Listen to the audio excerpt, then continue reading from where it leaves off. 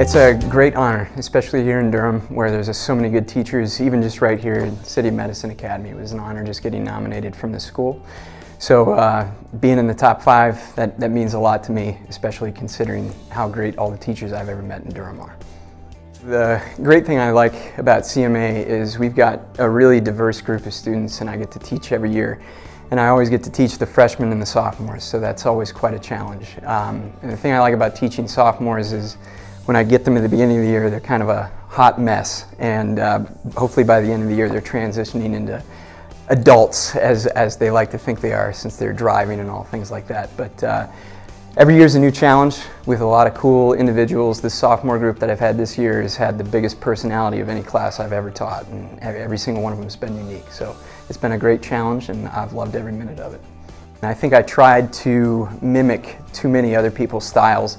And I think I just should have relaxed and been myself a little bit more my first year of teaching. And I think the word relax is a big one too. I should have relaxed a little bit more in my first year of teaching. I was a little too uptight. But that's definitely been something that's changed over the past few years, as I've become more comfortable in who I am as a teacher, and I've lightened up a little bit.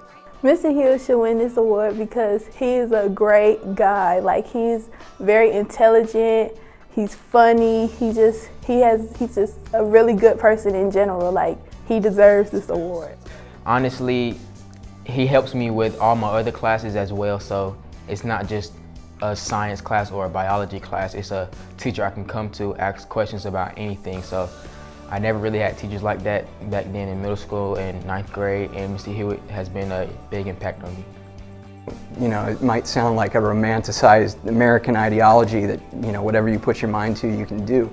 But I do believe that education gives you that pathway to do that. It did for me. You know, the town I grew up in, there were 3 paths. You worked in the steel mills, you joined the Army, or you went to college.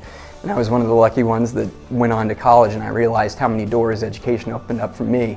And I want all of my students to see the same. I want students to realize that no matter where they come from or what their abilities are coming into school, they can grow and develop and end up taking their talents that they've learned anywhere in life. And I want them to realize that. So that's why I teach.